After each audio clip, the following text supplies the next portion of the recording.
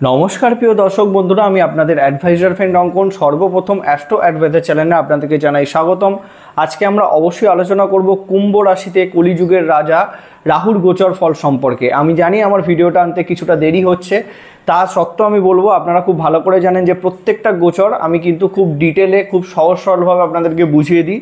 তো সেই হিসাবেই আশা করব আপনারা যদি ভিডিওগুলো পরস্পর দেখেন আপনাদের কিন্তু রাহুর গোচর একদম পুঙ্খানুপুঙ্খানুভাবে কীভাবে গোচর হচ্ছে, কোন ঘরে দৃষ্টি দিচ্ছে, তার মধ্যে কী ফলাফল আসছে সেই বিষয়ে কিন্তু একদম নিখুঁতভাবে আপনারা বুঝতে পারবেন। তো ভিডিও শুরু করবার পূর্বে আপনাদের কাছে একটাই অনুরোধ, আপনাদের যাদের আমার ভিডিও ভালো লাগছে তারা অবশ্যই চ্যানেলটিকে সাবস্ক্রাইব করুন এবং যারা আমার সাথে যোগাযোগ করতে চাইছেন স্ক্রিনে দেওয়া নাম্বারে হোয়াটসঅ্যাপ মেসেজের মাধ্যমে যোগাযোগ করতে পারেন। তো আসুন শুরু করা যাক।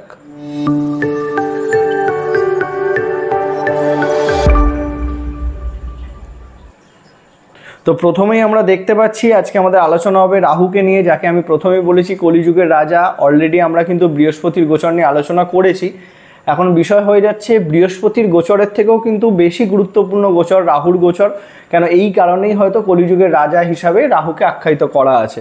ততএব রাহু কতটা গুরুত্বপূর্ণ ভূমিকা আমাদের প্রত্যেকটা লগ্ন বা প্রত্যেকটা রাশি সাপেক্ষে পালন করবে সেই বিষয়টা নিয়ে আমাদের আলোচনা। আমরা এটা জানি যে মীন রাশিতে 17ই মে 2025 অবধি কিন্তু রাহু অবস্থান করেছিল, যেটা রাহুর হয়ে যায় নিচস্থ ঘর। সেখান থেকে কিন্তু সে 18ই মে 2025 অলরেডি কুম্ভ রাশিতে গোচর করে ফেলেছে এবং 1.5 বছর রাহু কিন্তু থাকবে এবং তার পরবর্তীতে 26 নভেম্বর 2026 কিন্তু রাহু পরবর্তী মকরে চলে যাবে। আমরা এটাও জানি রাহু কিন্তু ঘড়ির কাঁটার দিকে ঘোরে, মানে প্রত্যেকটা গ্রহ ঘড়ির কাঁটার বিপরীতে ঘোরে এবং রাহু এবং কেতু কিন্তু অবশ্যই বক্রী অবস্থাতে গোচর করে, মানে ঘড়ির কাঁটার দিকে আসে। মিন থেকে কুম্ভে আসবে, কুম্ভ থেকে মকরে আসবে 2026-এর নভেম্বর। তাহলে এই যে দীর্ঘ সময় 1.5 বছর সময় রাহু আমাদের প্রত্যেকটা লগ্ন রাশি সাপেক্ষে কী ফলাফল দেবে সেই বিষয়তে আমাদের আলোচনা হবে। দেখুন, প্রথম একটা খুব সহজ সরল বিষয় বুঝতে হবে যে রাহু কিন্তু দীর্ঘ 1.5 বছর মীন রাশিতে তার নিচস্থ রাশিতে কিন্তু সে সেরকম কমফোর্টেবল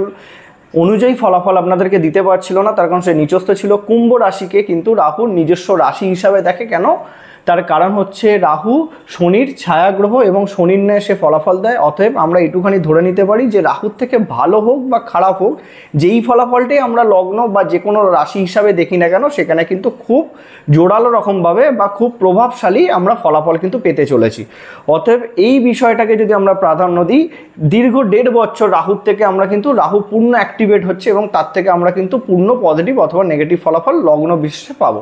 তো এই হচ্ছে আমাদের আলোচনা শুরু। তো প্রত্যেকটা লগ্ন এবং রাশি নিয়ে আমাদের আলোচনা শুরু হবে। কর্কট লগ্ন কর্কট রাশির সাপেক্ষে যদি আমরা এই রাহুর গোচরটায় আলোকপাত করি, তাহলে আমরা প্রথমেই দেখতে পাচ্ছি কর্কট লগ্ন কর্কট রাশির সাপেক্ষে রাহু গোচর কিন্তু করছে কোথায়? অষ্টম স্থান। অষ্টম স্থান কিন্তু যথেষ্ট নেগেটিভ ঘর হয়। যে কোনো যদি নেগেটিভ গ্রহ অষ্টম স্থানের উপর দিয়ে গোচর করে বা গোচরে সেই ঘরে বসে ফলাফল দেয়, সেক্ষেত্রে আমরা জানি প্রত্যেকেই যে ভীষণ নেগেটিভ একটা ফলাফল আমরা সেই সময়টাতে পাই। কেন? তার কারণ অষ্টম ঘর হচ্ছে কিন্তু আয়ুর ঘর।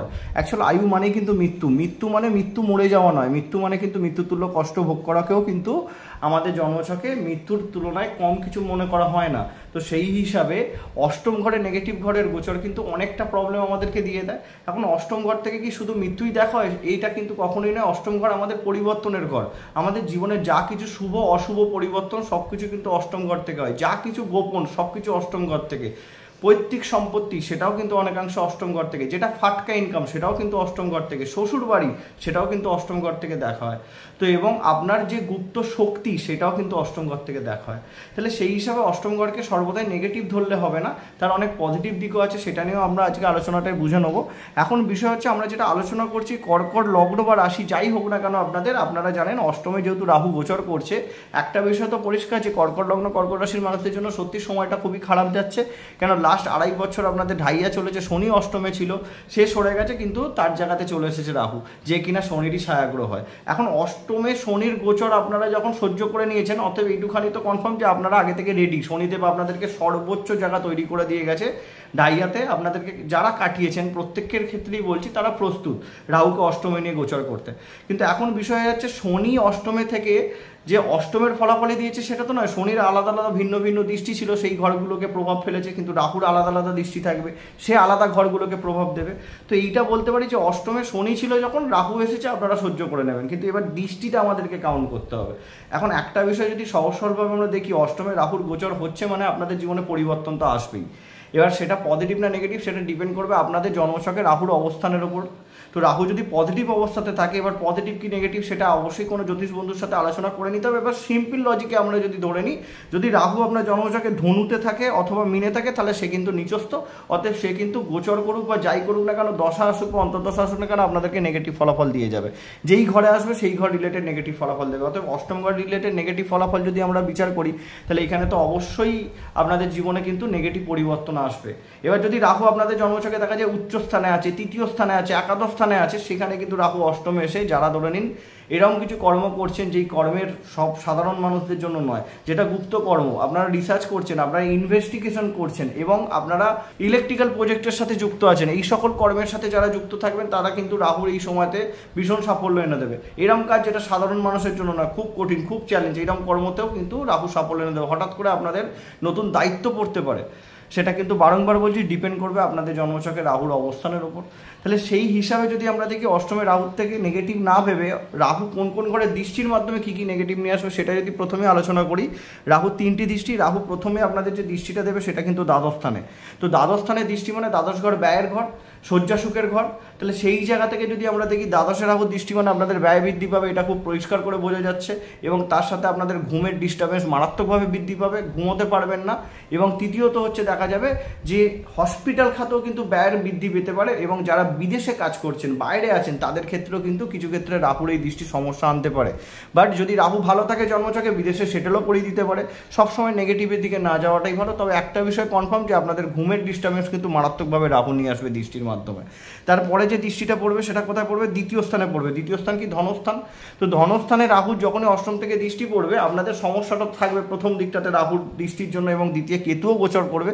তবে একটা বিষয় কনফার্ম, এটা আমি বলেছি, পৈতৃক সম্পত্তি নিয়ে যাদের অনেক দিন ধরে ঝুট ঝামেলা অশান্তি চলছিল, তারা যদি বিষয়টাকে সেটেল করতে চান, ঝামেলাঝাটি বৃদ্ধি পাবে, সম্পর্ক নষ্ট হবে, যেহেতু দ্বিতীয় দৃষ্টি দিচ্ছে, কিন্তু আপনারা আপনাদের অধিকার পেয়ে যাবেন, এইটুখানি গ্যারেন্টি আপনাদেরকে দিলাম। তার জন্য কিন্তু অধিক পরিমাণে খাটতে হবে, রেজাল্ট 100% পাবে। সম্পর্ক নষ্ট হতে পারে, তার কারণ দ্বিতীয় কেতু এবং রাহুর দৃষ্টি যেহেতু থাকছে, দ্বিতীয় কেতুও গোচর করছে এবং রাহুর দৃষ্টিও যেহেতু থাকছে, আপনাদের বাণী হয়ে যাবে কিন্তু ভীষণ কঠোর। তো আপনাদের কথাবার্তার মাধ্যমে শত্রু তৈরি হয়ে যাবে। যারা কিন্তু কর্কট লগ্ন, কর্কট রাশির মানুষ কথা বেছে কাজ করেন, তারা কিন্তু এই সময়টা নিজেদেরকে যথেষ্ট সংযত রাখবেন, না হলে কিন্তু এখানে সমস্যায় ভুগতে হতে পারে। এবং তৃতীয় বিষয় হচ্ছে যে দৃষ্টিটা পড়বে চতুর্থ স্থানে, সেইখানেও কিন্তু আমাদের সুখের ঘর খুব সেন্সিটিভ ঘর। তো সেখানে সুখের ক্ষেত্রে বাঁধা, মাতৃ সুখের ক্ষেত্রে বাঁধা, মায়ের যাদের হেলথ ইস্যু চলছিল তাদের ক্ষেত্রে আমি বলবো খুবই গুরুত্বপূর্ণভাবে এই সময়টাতে কেয়ার করতে হবে, নাহলে কিন্তু মায়ের হেলথ নিয়ে দুশ্চিন্তাগ্রস্ত হতে পারে। বা যারা ধরেন অনেকদিন ধরে প্ল্যানিং করে রেখেছিলেন বাড়ি করবেন বা গাড়ি কিনবেন, তাদের ক্ষেত্রে আমি বলবো এই সময়টা যতটা না করলে হয় ততটাই ভালো। যদি আগে থেকে সব কিছু রেডি করা থাকে সেটা অন্য, এখন যদি ডিসিশন নেন, এখন যদি অ্যাডভান্স করেন, আমি তাহলে বলবো হোল্ড করতে। বা যদি করতেও চান, যে কোনো জ্যোতিষ বন্ধুর সাথে আলোচনা করে করুন, দেখে নিন যে আপনার জন্মছকে রাহুর অবস্থান কি আছে তার উপর। তাহলে সেক্ষেত্রে এই জায়গাটাও কিন্তু চিন্তার জায়গা চলে আসছে। এবার যদি আমরা পরস্পর আসি, প্রথমত যদি কেরিয়ারের দিকে যাই, কেরিয়ার ওয়াইজ যদি আমরা দেখি, রাহু ভালো থাকুক বা খারাপ থাকুক, যারা কিন্তু চ্যালেঞ্জিংমূলক কর্ম করছেন তাদের জন্য রাহুর এই গোচর কিন্তু নেগেটিভ নয়।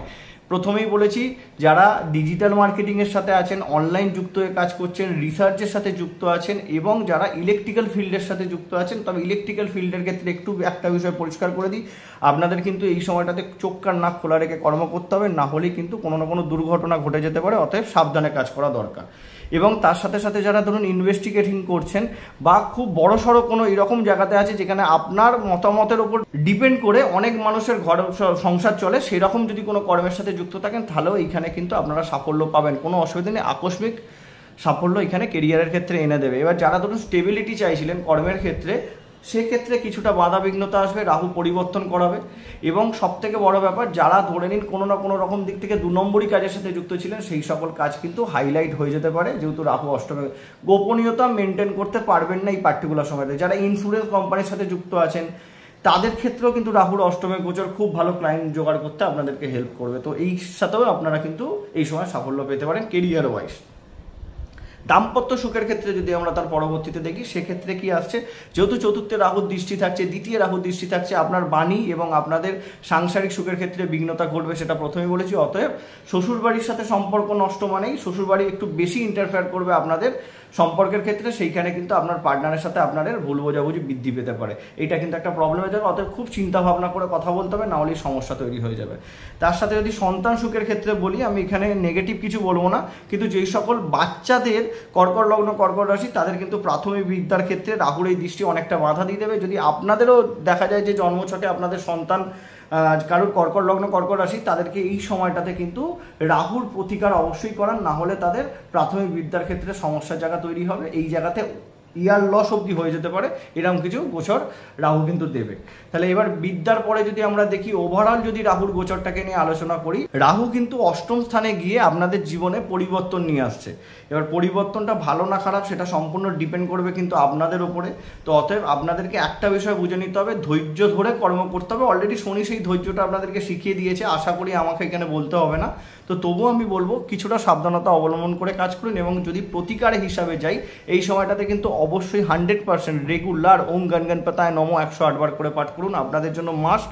এবং পারলে প্রত্যেক সপ্তাহে বুধবার অথবা শুক্রবার বাড়ির যেখানে যদি কোনো জায়গাতে খাটুশ্যাম বাবার মন্দির থাকে, সেই মন্দিরে পুজো দিয়ে আসুন। এবং যে কোনো অমাবস্যা যদি পান, সেই অমাবস্যাতে কুকুরকে রুটি দিন, বা গরুকেও আপনারা যা ইচ্ছা খেতে দিতে পারেন।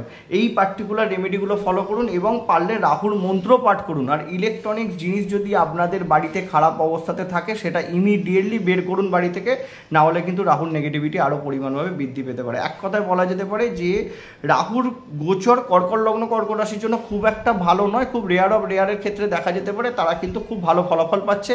আর একটা ব্যাপার আমি বলতে ভুলে গেছি, এই সময়তে কিন্তু আপনাদের অনেক দিনকার ধরুন ইন্স্যুরেন্স করে রেখেছেন বা এফডি করে রেখেছেন, সেটা কিন্তু প্রফিটে আসার জায়গা ভালো রকমভাবে থাকবে আগামী 1.5 বছর। তাহলে সেইটা যারা ধরুন অনেক ক্ষেত্রে আপনারা উইথড্র করতে চাইছেন, সেক্ষেত্রে কিন্তু ভালো হবে। বা পেনশন পাচ্ছিলেন না, কোনো কারণে সমস্যা ছিল, আটকে গেছিল, সেই সকল সমস্যাগুলো থেকে কিন্তু সমাধান আপনারা পেয়ে যাবেন এই পার্টিকুলার সময়টাতে। তো এই ছিল আমাদের কর্কট লগ্ন কর্কট রাশি সাপেক্ষে রাহুর গোচর নিয়ে আলোচনা। দেখা হচ্ছে পরবর্তী ভিডিওতে। নমস্কার।